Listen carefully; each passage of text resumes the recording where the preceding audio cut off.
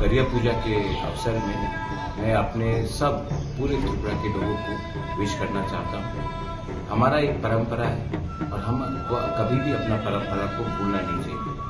आप कोई भी गरिया हमारा इतिहास में और आज भी हमारे लिए बहुत इम्पोर्टेंट है और मैं इस अवसर में अपने पूरे त्रिपुरा के लोगों को गरिया पूजा के मोमेंट में सबको मैं शुभकामना देना चाहता हूँ। And I wish everyone the very best, and I hope you all pray to Baba गरिya on this occasion and wish and bless its king.